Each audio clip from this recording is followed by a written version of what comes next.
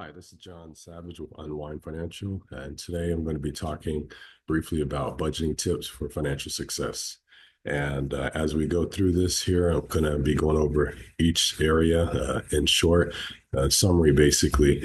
And for those after this presentation, if you want more in-depth one-on-one coaching, you can go to my website at unwindfinancial.org. And but we'll talk more about that later. But why don't we get started and enjoy the presentation?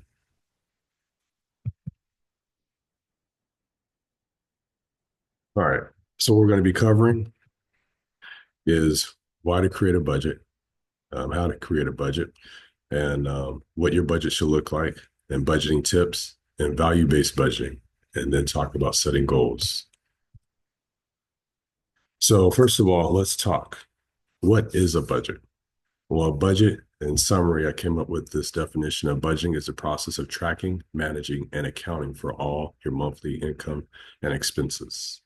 That includes many times people will look at just what's coming in their account, going out, looking at their checking accounts, credit cards, but also keep in mind when you're looking at your budget or having to make adjustments, you want to look at your pay stubs as well. Just do it periodically, see if there's adjustments that you need to make. Some things you have to wait till annual enrollment period, other things you can adjust throughout the year. So what's included in the budget? Well, you're going to be tracking your money, where it's going, what you have coming in. I've talked to people who don't know how much they're making exactly. I've talked to over 2,000, 2,500 people a year as a financial counselor with the company previously for about 6 years. And there's quite a few people who just didn't know what they had coming in. Life circumstances, they have life events, really busy, stressful jobs, sometimes working 2 or 3 jobs, part-time job. And so they didn't do a good job of keeping track of what are they actually making on their job. Accounting, you want to just account for every dollar, where it's going, why it's going, where it is. Do you need to make adjustments? But if you don't know, you can't account for missing money, then there's no way for you to be able to accurately track it, put it in your budget, and then make the adjustments necessary that's aligned with your goals. And then just being organized. So creating systems, having a budgeting worksheet to put in place. I do offer that as well. But those are things, tools and systems and other strategies you want to put in place to help you. And accountability, you want to be held accountable. So if you're not willing to get coaching or financial counseling and have someone to hold you accountable, a spouse, your husband or your wife or your kids, somebody to help keep you on track, then for some, it's easy for them to get off track. A budget is a great way to regulate your personal spending habits. If you don't, someone else will regulate your money for you. So why I said that is it's real simple.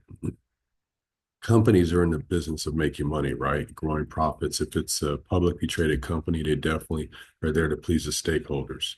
And so those stakeholders and board members, they're looking at, what they can make, how they can grow the company. But you, as the individual consumer, needs to be in control of where your money's going at all times. And so that's where you create spending plans, put things in place to help track your habits, to help develop new habits, and help you phase out old habits. So it's important to really understand your money habits, where your money's going, and what you can do to change your financial circumstance. And things come up in life, I understand that, but we're talking about things within your control. Why you should create a budget. It helps to know the state of your flock. So Proverbs chapter 27, verse 23 talks about knowing the state of your flock. So if you look at in ministry, Christ knew who he had. He had the 12 disciples that he called. He was caring for them in particular, and he had other disciples, but those were the 12 that were going to go out and change the world. So he had a responsibility to know how they were doing. And the same thing with the farmer. A farmer is going out, they have to account for how many sheep, goats, and so forth they have. And I never thought about this with my grandfather when he was alive. He had 40 acres, and it's been split up between family members, but he had 40 acres that he had for years. He had a ton of pigs. I remember going there as a kid. He had goats. He had a lot of goats. He had chickens. I seen him have a bull, donkeys, you name it. He had all kinds of animals that he used for bartering. He grew sugar cane, cotton, but if he didn't know the state of his flock, he didn't know what he had. He wouldn't be able to manage that. He had everything compartmentalized. They all had their own pens. The cows were out in the field in more open pastures, but he knew the state of his flock. He got up at 4 o'clock in the morning every day to know the state of his flock and to go and take care of business on his own land. And so that's why he was able to keep it for 50, 60 something years before he passed on and divided up with his kids. But if you don't know your flock, you don't know what you have, you can lose it. It's the same thing with your dollars. Dollars come and dollars go. If you don't know what you have coming in, you don't know where it's going to go. You won't miss it when it's gone. The budget helps you to manage your overhead expenses. Overhead expenses fluctuate, especially nowadays. The expenses have increased on different things where you used to be able to go online and incentivize to go online to save money and not have to pay an expense. Now you have to pay all kinds of transaction fees and expenses even going online. So things are changing. So it's definitely important to understand your overhead expenses and what you can control within your power. There's a great way to track your spending habits. So another thing is understanding your spending habits. And I go into that in depth when I'm dealing with people and customers, understanding their spending habits, because if they don't understand their spending habits, then again, they're not going to know why they're in the financial mess that they're in, or challenges they've gone through, or even in how to get out of something, how they got there in the first place. The budget helps you to maintain healthy standards of living as well. It affects your health as well, even socioeconomically. You don't have a budget, you can be going in one direction and then all of a sudden start going another direction because you're just not maintaining a healthy balance, because people get stressed when they're not managing their finances, or they're overspending on credit cards, trying to get points on credit cards. I go over strategies about that as well. Gain insight about your lifestyle and what you hold value to. So your lifestyle dictates how you manage your money, how you allocate your funds, how you budget your money or don't budget your money. Are you fast paced, slow paced? Are you more conservative, or are you more liberal in your spending? Are you more outgoing, or are you an introvert? All those things do matter between your personality and your lifestyle. Also will dictate how you manage your funds as well. And saving money and building wealth. Without a budget, you can't effectively save money and build wealth the way you need to. There's those who've saved and put money away in retirement, and they're excited, but they spent an extra $20,000, $30,000 on things that they didn't really need, but because they weren't tracking it, they didn't know. Okay, here's some stats. We won't go too much into these, but expenses increased during the pandemic by 10% for the average household. And in some cases, even more, just depends on where you're at. If you're renting versus mortgage, but also the zip code. So in certain zip codes as well, I talked to a lot of people throughout the United States working with EAP plans. And one of the things I found is those who had got into the trailer homes or modular homes, and they're like, okay, I'm going to save money.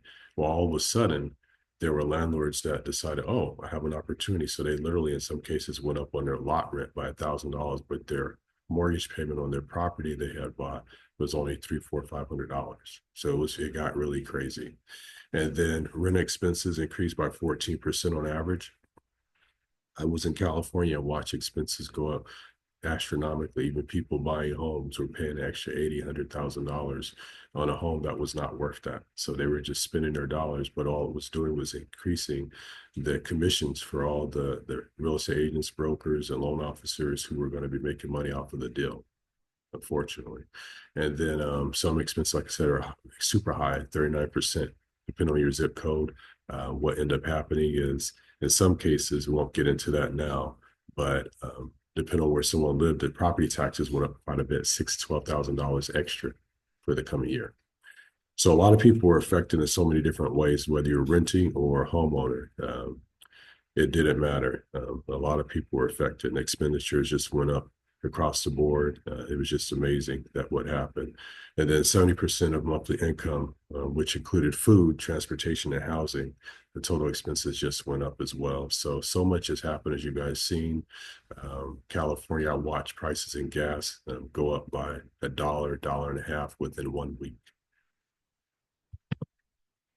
Okay, what your budget should look like. Well, that depends on you. Again, I mentioned earlier about your lifestyle, your personality, your spending habits, your needs versus your wants. All that matters. And that's why having a goal set and first understanding the state of your flock, and understanding where your money's at, where you're currently, um, how you're managing your money, your current financial condition, all those things matter to know where you want to go. So your income, you need to know where your and what your income is, how often you get paid, what that looks like, expenses, fixed, variable, and irregular expenses. So a lot of people don't take into account irregular expenses, and I've had this happen in the past where you have something come up and you don't realize that maybe on the credit card you have a $95 annual fee, you're paying one amount, but that month it hits, or it could be a $495 $595 fee. Just depends on the tier card you have, credit card. So those are things to be aware of. Also, car registration is a big one. Sometimes people just didn't make their car payment on time, registration payment. There's a little tip. If you pay a portion of it, I was told by someone from DMV, but I had something happen. DMV did to kind of circumvent that in California. I won't go into that, but I have money that's missing. I'll just say that. But the tip was to go ahead and pay what you can early, and then you only have to pay the difference. So you're kind of preventing any additional fees. So it could vary by state, but that was my experience until I did it a couple times years ago. So there's different things you want to plan for basically when it comes to irregular expenses. And just make sure you have the money set aside and you allocate those funds for future payments by doing it monthly. Spending plan, that's where you earmark for date nights, eating out, shopping, traveling, even if you take short trips, long trips, just having a spending plan that you set money aside so you know what you have to work with on yourself each month. All right. And then paying yourself first, savings, investing, growing your money, and then goals. Your goals are going to help dictate how you set your budget up and where you allocate funds and how you make adjustments as you reach each of your goals over time. And value-based budgeting. So again, that's going to be based on your needs, based on your life, sorry, based on your lifestyle, based on your needs. And so that's going to be something important that you need to understand. First of all, what are your values? Because your values are going to shape how you deal with money. Your values and what you hold important are going to be key factors in what your budget looks like. And then your goals will help create an action plan. So your goals are going to help you dictate what needs to be done. So the goals are like a marker. So you have out in the ocean, you have markers, or you're swimming in a pool, there's different markers, right? Well, it's the same thing. A goal is just a point and a time where you want to reach and what you want to get to. What that looks like, then you got to break it down to the smaller action steps on a daily, weekly, and monthly basis to get there.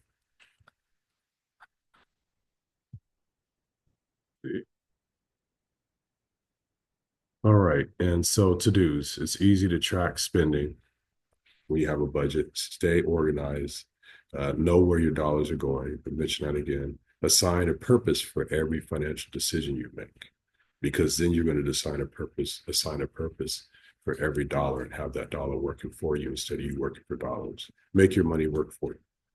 Know where you're headed. So where are you headed? Where do you want to go? If you don't know where you want to go, you'll never get there. And to do's, to not do's, basically. So can be taken advantage of. So if you not manage your money well, you're trying to negotiate a deal, but someone sees you're just frivolously spending, you're not asking questions about a purchase, a product, a service, um, then someone could easily take advantage of you. Even with insurance, I've seen it done where someone was doing well financially, retired, had two or three streams of income, and they saw an opportunity for them to make an extra $2,500 in commission. And I'm like, it's amazing what some people do. So that's why I tell people, if someone doesn't fit your goal, I don't care if it's a real estate agent, financial advisor you're dealing with, insurance agent, if they're not aligned with your goals and what you need and want, and they can't match up with that product and it makes sense for you and your budget, then you need to fire them, move on, and go to another person. Don't know where your dollars are going. Again, it's missing money. Incurring unnecessary fees and expenses. So when you don't know where your money's going, you don't know how you're really spending it, you have stuff on automatic payment, again, that can really affect you as well. Poor money habits. So you change those by integrating new habits. So it takes time. So don't fight the old habits, focus on the new habits, and the other ones will dissipate. Correct. And also with debt. So, and expenses not managing money, it creates anxiety, which induces stress. Consumer debt in 2024, mortgages in first quarter of 2024 was $12.44 trillion. Some of that, like I said, of taxes going up on property. Sometimes people got into a property, but they didn't assess everything, the whole picture, maybe additional insurances they needed, or that zip code had 2 or 3 times the amount of tax increases annually as other zip codes. It's different situations. HELOCs, $16 billion. That happened, and it's a total over 367 billion. And so there's so much that's happened with HELOCs. Even I've talked to a lot of people trying to deal with debt, credit card debt, trying to figure out what to do, or just even wanting to get a home renovated, but they had $40,000, $50,000 in credit card debt, paying hundreds of dollars in interest. I'm like, don't focus on the HELOC. Let's focus on, because what you're doing, you're giving away equity. You're giving pieces of your home back to the banks. The banks will buy and sell the same property over and over and over and make money hand over fist. You don't want to give away what you've worked so hard to get to a certain point to. Credit card balances, $1.12 trillion and growing, unfortunately, because not everybody can pay. And interest rates are just high, and they've gone up when they go up with inflation. Even though inflation has come down a half a basis point or so recently, again, that doesn't make the credit card companies change the rate they're charging you. They're consistently trying to recoup dollars, even though it's counterintuitive. And then household balances on average is $6,400, but I'll venture to say that's probably another several hundred to $1,000 or so more now than what's actually accounted for. And then auto loans, just over $1.6 trillion. A lot of people can't make their payment, and they're having a hard time making payment, unfortunately. And so why this happens? Well, our government's in debt, and the way the system's designed is designed for the society to be in debt, because then you're always obligated to the government, hence taxes on everything. People working cannot keep up with inflation and increased costs. Job losses and reduced hours working from COVID. So a lot of things have happened. People I talked to were making 100, 150,000, then taking a job making 40, $50,000. So a lot of reasons why people were affected based on decisions that were made in our economy.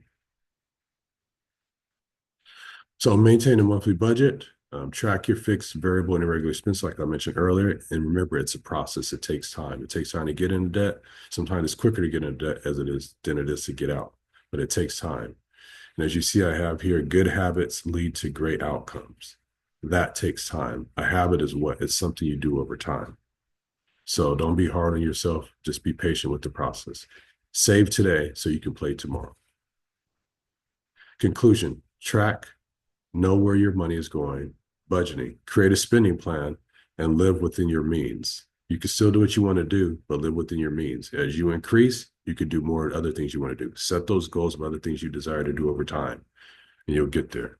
Anticipate the unexpected, save for emergencies. There's variables that it's like on a bell curve, you see in statistics, right? You have on the left side and the right side, there's going to be the variables that you cannot control, but you do your best to anticipate and prepare for emergencies and put in money in different places. Don't put money in just one bank or credit union. Diversify where you have your money working for you at all times, and plan for the future. Set short and long-term goals to help you create the action steps today to get you to where you want to be tomorrow. In conclusion, if you want more guidance and need some support and need some help with coaching in your particular situation, you can reach out to me for some one-on-one financial counseling. I would love to work with you. I have a whole 3 to 4 step process, actually. And then it's intensive. It's focused on where you're at, not where someone else is at. And until then, you can reach me by email, info@unwindfinancial.org. That's info@unwindfinancial.org. But go to my website if you do want to actually utilize my services and sign up. You have to do an intake form, and then also that's where you also submit payment as well and get on my calendar.